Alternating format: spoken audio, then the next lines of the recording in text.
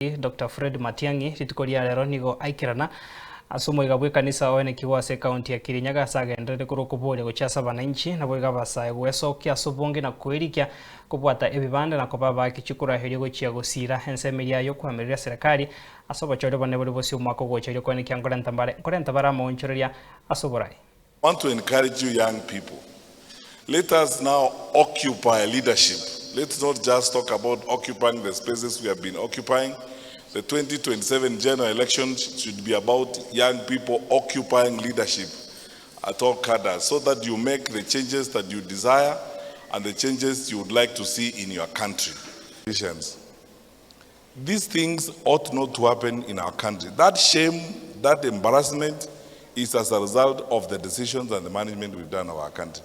But God will hear our prayers and God will hear all of us.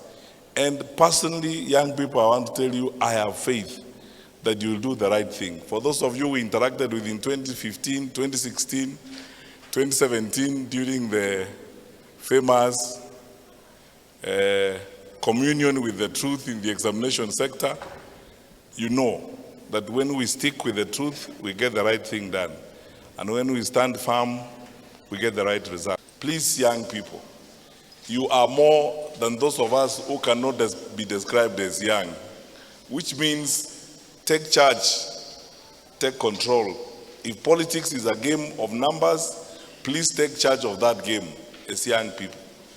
And take it so seriously that you do not allow people who do not make sense to you or who do not offer credible proposals on how our country should go forward to have an opportunity to occupy positions of leadership.